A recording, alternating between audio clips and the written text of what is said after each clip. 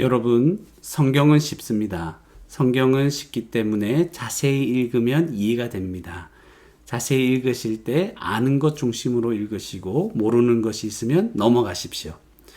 무엇보다 하나님의 은혜를 중심으로 성경을 읽으시기 바랍니다. 오늘부터는 고린도후서 2장 1절에서 17절 말씀을 조금씩 하루마다 매일마다 조금씩 자세히 읽으면서 하나님의 은혜를 생각했으면 좋겠습니다. 자세히 읽기를 할 때 우리 다른 것을 참조하지 않고 성경 말씀 자체에서 깨달을 수 있는 것, 알 수 있는 것을 아는 것 중심으로 정리하면서 살펴보면서 하나님의 은혜를 우리가 생각했으면 좋겠습니다. 많은 것을 참조하면 또다시 성경은 어렵게 느껴지고 성경에서 내가 알 수 있는 것이 별로 없다, 그렇게 생각할 수 있습니다. 그래서 철저히 본문 말씀을 자세히 읽으면서 알게 된 것, 하나님의 은혜를 중심으로 생각하고 살펴보았으면 좋겠습니다. 1절에 보시면 내가 다시는 근심 중에 나아가지 아니하기로 스스로 결심했다. 그래서 바울 사도는 다시는 너희에게, 고린도 교회에게 근심 중에 나아가지 아니하기로 결심했다. 이것을 우리가 알게 되는 것입니다. 어떤 배경에서 그렇게 하는지 우리가 모를지라도 지금 바울 사도는 그 일행은 근심 중에 고린도 교회에 나아가지 아니하기로 결심했구나. 그것을 알 수가 있습니다. 그리고 2절에 보니까 내가 너희를 근심하게 한다면 내가 근심하게 한 자밖에 나를 기쁘게 할 자가 누구냐. 잠깐 헷갈릴 수 있습니다. 복잡할 수 있습니다. 그러니까 너희를 근심하게 한다면 내가 근심하게 한 자밖에 나를 기쁘게 할 자가 누구냐. 좀 아리송하고 모르겠죠. 그럴 때는 여러분 어떻게 하라고요? 넘어가면 된다는 거죠. 이럴 때. 그래서 고린도후서에서 우리가 넘어가는 게 많을 겁니다. 넘어가도 됩니다. 너를 근심하게 한다면 근심하게 한 자는 또 누굴까? 그러나 넘어가는 거죠. 일단은 바울 사도가 고린도 교회 근심 중에 나아가지 아니하기로 결심했다. 3절에 보니까 내가 이같이 쓴 것은 내가 나아갈 때에 마땅히 나를 기쁘게 할 자로부터 도리어 근심을 얻을까 염려합니다. 그러니까 바울은 뭔가를 염려하고 있다는 것을 알게 됩니다.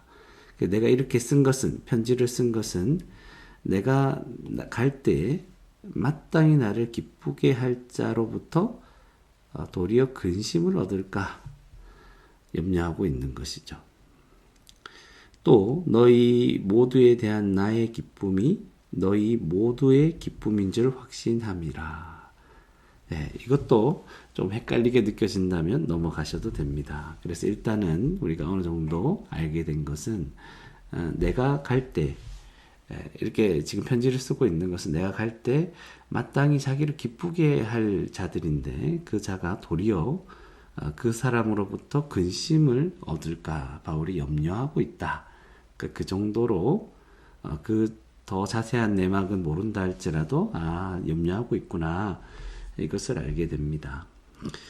그리고 4절에 보니까 바울 사도가 지금 내가 마음에 큰 눌림이 있는 것이죠. 내가 마음에 큰 눌림과 걱정이 있는 것이죠. 그래서 많은 눈물로 너희에게 썼노니 바울이 고린도 교회에 많은 눈물 가운데 아주 큰 눌림과 걱정 가운데 편지를 썼다. 이제 그것을 알게 되는 것이죠. 그런데 그것이 너희로 근심하게 하려고 한 것이 아니다. 근심하게 하려고 한 것이 아니고 오직 무엇이었습니까? 내가 너희를 향하여 넘치는 사랑이 있음을 너희로 알게 하려 함이라. 이것을 우리는 알게 되는 것입니다. 그래서 내가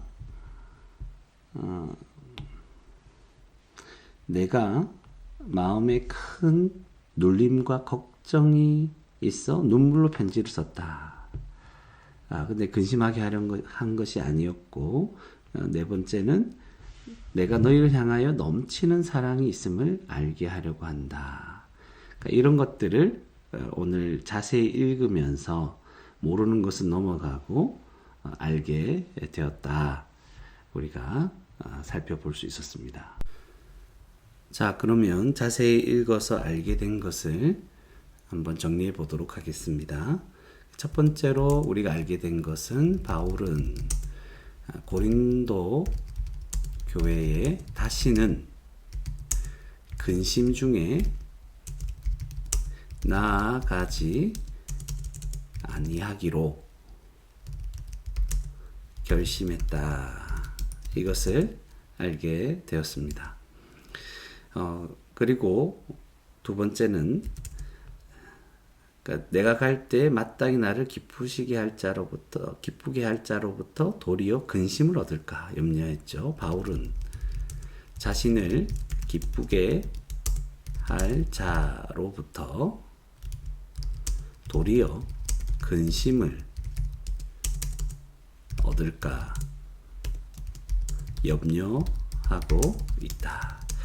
정리할 때는 최대한 본문에 있는 표현들을 그대로 살려서 그냥 기록하시면 됩니다. 새롭게 뭔가를 만들어내서 하실 필요는 없습니다. 그리고 세 번째로 알게 되는 것은 바울은 마음에 큰 눌림과 걱정 가운데 많은 눈물로 고린도 교회에 편지를 썼다. 이것을 또 알게 된 것입니다. 그리고 네 번째는 바울은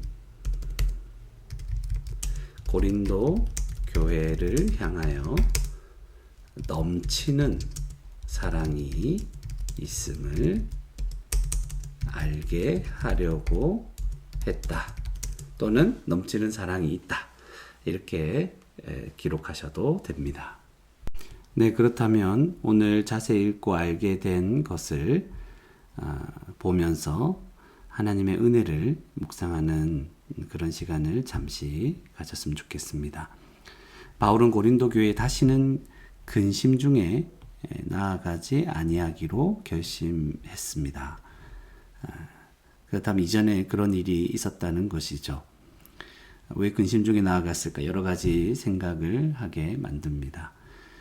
그러나 바울은 마음의 큰 눌림과 걱정 가운데 많은 눈물로 고린도 교회에 지금 편지를 썼습니다.